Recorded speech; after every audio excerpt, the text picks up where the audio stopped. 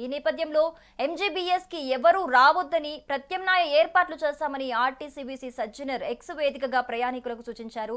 MGBS నుంచి బయలుదేరే బస్సులను హైదరాబాద్లోని వివిధ ప్రాంతాల నుంచి సంస్థ నడుపుతోంది. అయితే ఆదిలాబాద్, కరీంనగర్, మెదక్, నిజామాబాద్ వైపునకు వెళ్లే సర్వీసులు జేబీఎస్ నుంచి నడుస్తున్నాయి. వరంగల్, హనుమకొండ వైపుకి వెళ్లే ఉప్పల్ క్రాస్ రోడ్స్ నుంచి వెళ్తూ ఉంటాయి ఈ బస్సులు. అలాగే సూర్యాపేట, నల్గొండ, విజయవాడ వైపులకు బస్సులు ఎల్బీ నగర్ నుంచి నడుస్తూ ఉంటాయి.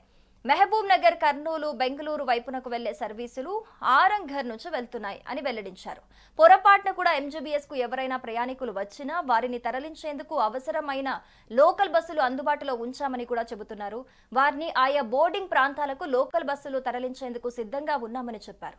వర్షాలు, వరద తగ్గుముఖం పట్టే వరకు కూడా ఎంజీబీఎస్ కు ఎవ్వరూ రావద్దని సజ్జనర్ విజ్ఞప్తి చేశారు.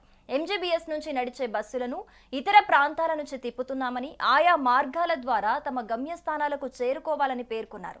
ఇక వివరాలకు టీజీఎస్ఆర్టీసీ కాల్ సెంటర్ నంబర్లు 04069440000, అలాగే 04023450033 ఈ నెంబర్స్ కి ఏ అవసరం ఉన్నా కూడా సంప్రదించాలని సజ్జనర్ సూచించారు.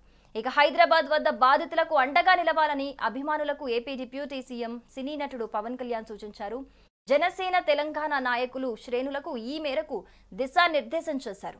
వరద బాధితులకు ధైర్యం చెప్పి సేవా కార్యక్రమాల్లో పాల్గొనాలన్నారు. హైదరాబాద్ సహా తెలంగాణలో భారీ వర్షాలు కురుస్తున్నాయని చెప్పారు. మూసీ వరదతో ఎంజీబీఎస్ తో పాటు పరిసరాలు నీట మునిగాయని పేర్కొన్నారు. సీఎం రేవంత్ రెడ్డి నేతృత్వంలోని తెలంగాణ ప్రభుత్వం ఇప్పటికే సహాయక చర్యలు చేపట్టిందని, వాతావరణ హెచ్చరికలను ప్రజలందరూ కూడా అనుసరించాలని పవన్ కళ్యాణ్ సూచించారు.